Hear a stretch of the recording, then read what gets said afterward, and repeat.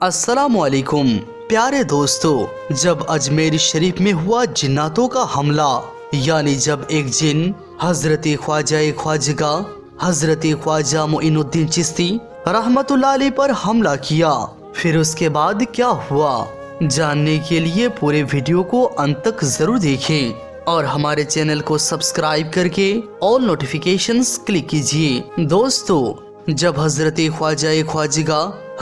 ख्वाजा मोइनुद्दीन चिश्ती रहमतुल्लाह अलैह अजमेर शरीफ में क़याम फरमा हुए और लोगों को इस्लाम का पैगाम सुनाया, आपकी बातों से मुतासिर होकर लोग इस्लाम कबूल करते जा रहे थे। हजारों लोग आपकी हाथों में बायत हुए और इस्लाम कबूल किया। जब राजा पृथ्वीराज चौहान ने देखा तो उसने तरह तरह से आपको रोकने की कोशिश की। इन वाक़े से तो अब सब वाकिफ हैं। जब पृथ्वीराज चौहान की सिपाहियों ने आपके साथ गुस्ताखी की तो किस तरह से हजरत ख्वाजा मोइनुद्दीन चिश्ती रहमतुल्लाह अलैह ने उनकी ऊँट बैठाकर करामत दिखा दिया, फिर आप पर पानी बंद कर दिया गया तो सरकार ख्वाजा गरीब नवाज ने पूरा आना सागर को ही अपने कुजे में समा लिया। यहाँ पर भी पृथ्वीराज चौहान नाकामयाब हुआ। फिर उसने जादूगर जयपाल को भेजा। जादूगर जयपाल भी नाकामयाब हुआ और वो भी इस्लाम कबूल कर लिया। आप सरकार ख्वाजा गरीब नवाज पर पागल हाथी छोड़ दिए गए, मगर आपने उस हाथी को भी पत्थर बना दिया। आखिरी में जब सब करके थक गया तो उसने फैसला किया, आप इंसानों से नहीं बल्कि जिन्नातों से हमला करवाऊंगा और किसी तरह से इस दरवेश फकीर को अजमेर से निकाल दूंगा। दोस्तों, अजमेर शरीफ में एक जिन रहता था जो आना सागर के पास खड़ा रहता। लोग उसकी इबादत किया करते थे। यही अजमेर वालों के लिए आखिरी उम्मीद था कि उन लोगों ने सारे हथियार आजमा लिए, मगर फिर भी वह लोग हजरत ख्वाजा मोइनुद्दीन चिश्ती रहमतुल्लाह अलैह को अजमेर से हटा ना सके। दोस्तों, उस जिन का नाम सादी देव था। वो एक बहुत ही बड़ा जिन था। जब वो जमीन पर चलता था तो जमीन कांपने लगती थी, यानी जब वो जमीन पर पैर रखता था तो जमीन में धमक होती थी। लोग उसको बहुत ही डरते थे और उसकी इबादत किया करते थे। दोस्तों, राय बतौरा राजा पृथ्वीराज चौहान के एक ताकतवर सिपाह सालार या उमरा था। उसका मकसद अजमेर की रिवायती दीनी रिवायत और हुकूमत का हिफाजत करना था और हजरत ख्वाजा गरीब नवाज रहमतुल्लाह अलैह की रूहानी तालीम को खतरा समझता था। जब हजरत ख्वाजा गरीब नवाज रदियल्लाहु अन्हु ने अजमेर में इस्लाम और रूहानियत का पैगाम फैलाना शुरू किया तो राय बतौरा ने उनका सख्त मुकालबा किया।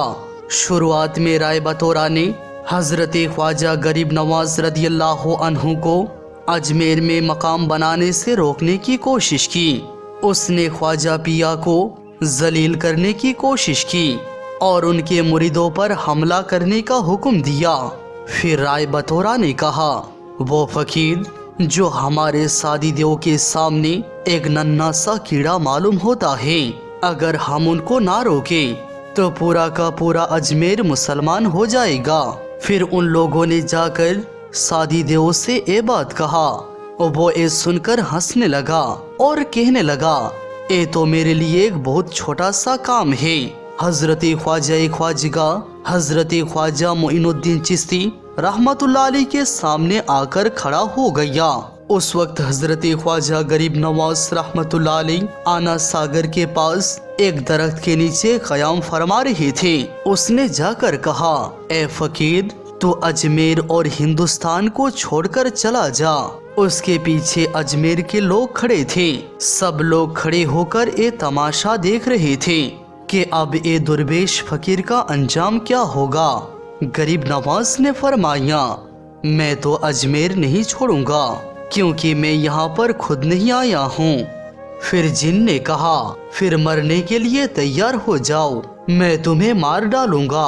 माज़अल्लाह। सरकार ख्वाजा गरीब नवाज ने फरमाया, अच्छा ठीक है, اگر اللہ نے تیرے ہاتھوں موت لکھی ہے تو میں مرنے کے لیے بھی تیار ہوں۔ زندگی اور موت اللہ تعالیٰ کی دستے قدرت میں ہے۔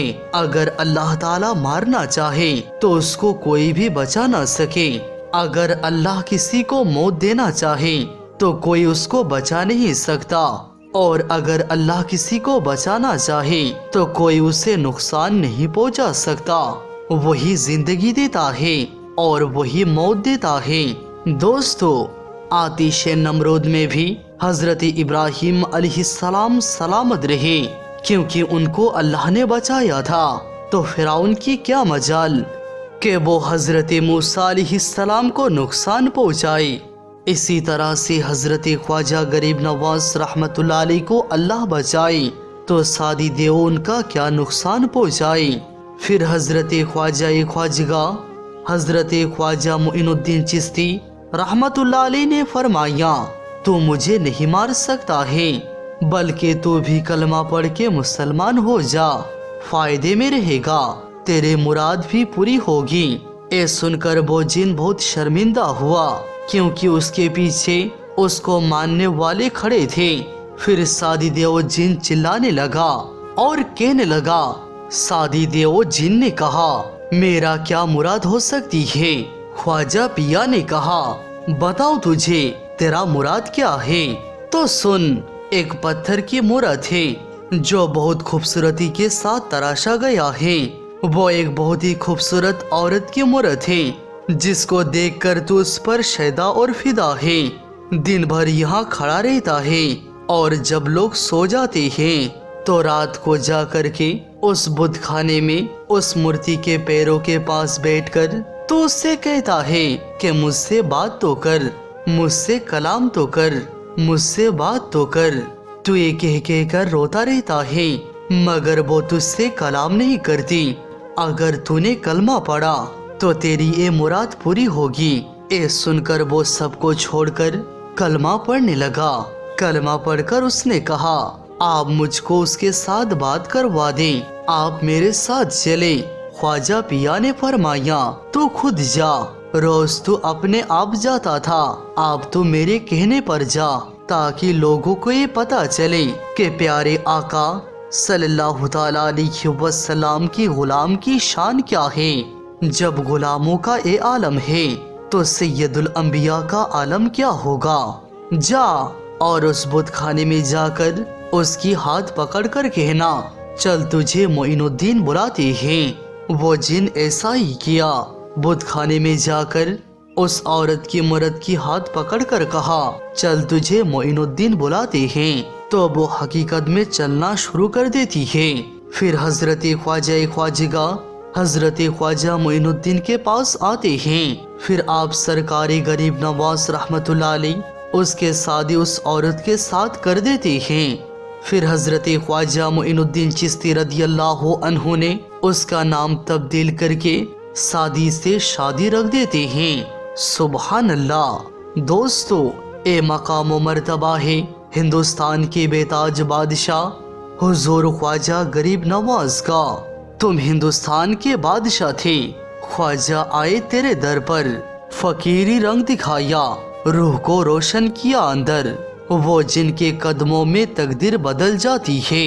تجھے بھی دیکھ کر اپنا رنگ محبت سکھا گئے ہیں۔ بادشاہ ہے تو دنیا کا، مگر حقیقت کو جانا، خواجہ کے ایک نظر نے تجھے امیر بنا ڈالا۔ اجمیر کے شہنشاہ غریب نواز کے سائیں، جو آئے جھک کر ان کے پاس وہ بادشاہ بن جائے۔ سبحان اللہ۔